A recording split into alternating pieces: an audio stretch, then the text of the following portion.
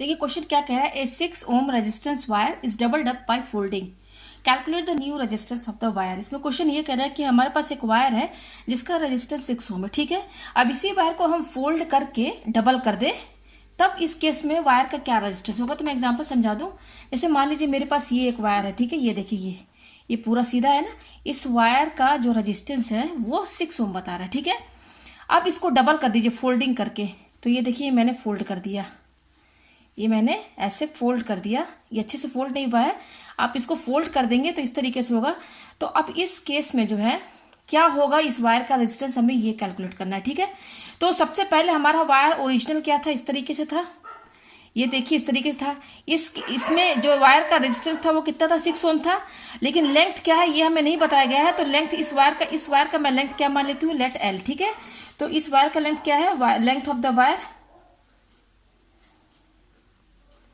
Length of wire क्या है, क्योंकि लेंथ बताया नहीं है तो एल मान लेते हैं, ठीक है। ये हो गया। और ये वायर का अभी मैंने इसको फोल्ड नहीं किया है, ठीक है, तो इसका लेंथ क्या माना है, मैंने एल माना है। और इसका रेजिस्टेंस कितना बोल रहा है, देखिए 6 ओम।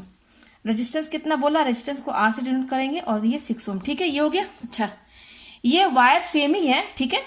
तो ये कॉपर का मान लीजिए, ये किसी मटेरियल का बना होगा, या तो कॉपर या एल्यूमिनियम किसी का तो बना होगा ना, तो उसकी अपनी एक रेजिस्टिविटी होती है, ठीक है। रेजिस्टिविटी आपने पढ़ा है।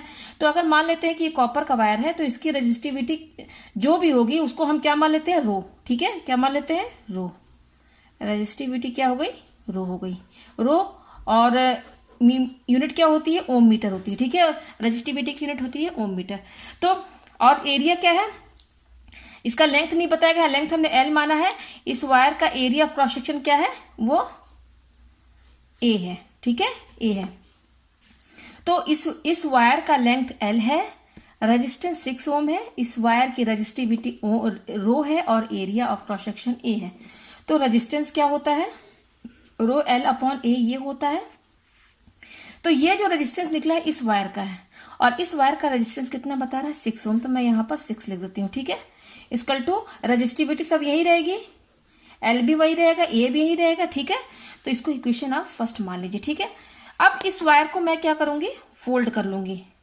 फोल्ड करके मैंने डबल कर दिया, ठीक है, इसी वायर को। ये देखिए मैंने फोल्ड करके डबल कर दिया ना, ये डबल हो गया ना।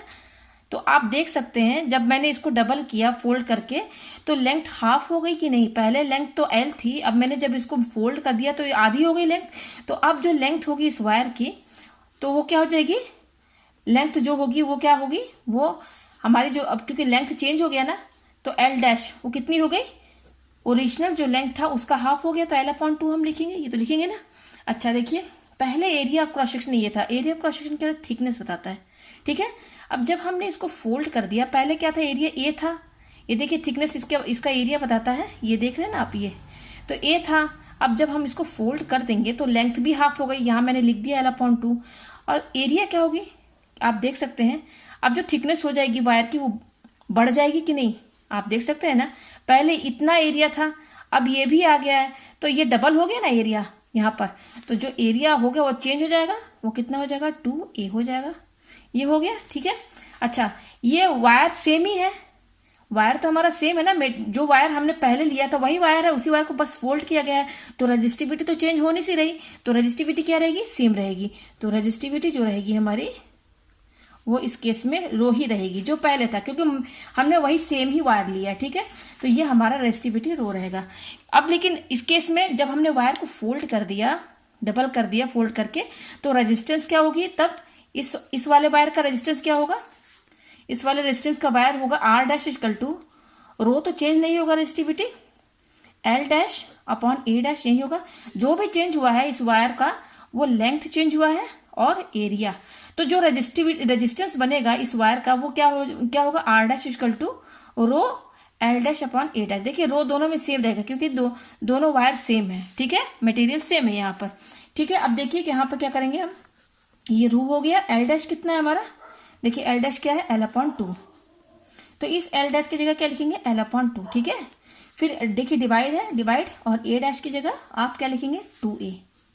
आप फिर से समझ लीजिए, देखिए एरिया ऑफ क्रॉस सेक्शन पहले जब था तो ये इतना था, आप देख सकते हैं ये था, ए माना था मैंने। अब जबकि हमने फोल्ड कर दिया तो देखिए इस वायर की थिकनेस बढ़ गई ना, मतलब देख सकते हैं वायर आपका थिकनेस बढ़ गया और ये क्रॉस सेक्शन कितना हो जाएगा, जस्ट डबल हो जाएगा, इसलिए मैंने यहाँ पे 2a लिखा है। ठीक है, तो देखिए यहाँ पे a' की जगह मैंने 2a लिख दिया। अब इसको सॉल्व करिए, ये क्या हो जाएगा, रो l/2, इसको हम अपॉन 1 कर देंगे। ठीक है, फिर इंटू करेंगे इस डिवाइड को, तो ये डिवाइड है, इसको इंटू करेंगे तो क्या हो जाएगा, ये चेंज हो जाएगा, 1/2a हो जाएगा ना।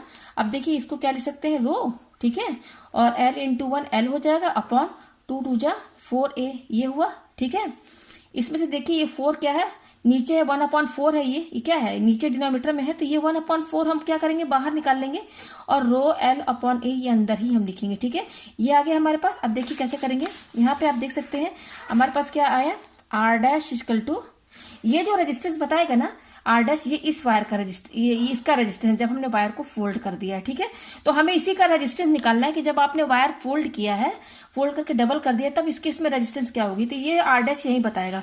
तो देखिए हमारे पास कितना ये है, तो 1/4। अब देखिए रो l/a जो है, ये वाली जो क्वांटिटी है, ये देखिए किसके बराबर, आप देख सकते हैं ये 6 के बराबर है।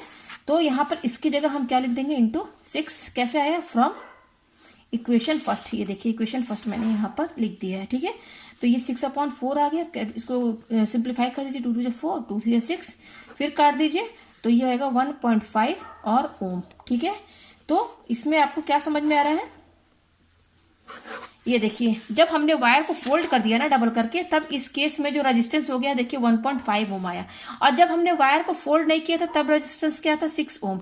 तो इसलिए वह है क्योंकि सेकंड केस में क्या हो गया ना, रेजिस्टेंस जो है इसका जो एरिया क्रॉस सेक्शन जो था ना वो डबल हो गया था, यानी कि थिकनेस जो वायर था थिकनेस उसका बढ़ गया था, तो एरिया मतलब जो था डबल हो गया था। तो आप देख सकते हैं कि जो रेजिस्टेंस होता है वो एरिया के इनवर्सली प्रोपोर्शनल होता है, एरिया जो होता है रेजिस्टेंस के इनवर्सली प्रोपोर्शनल होता है।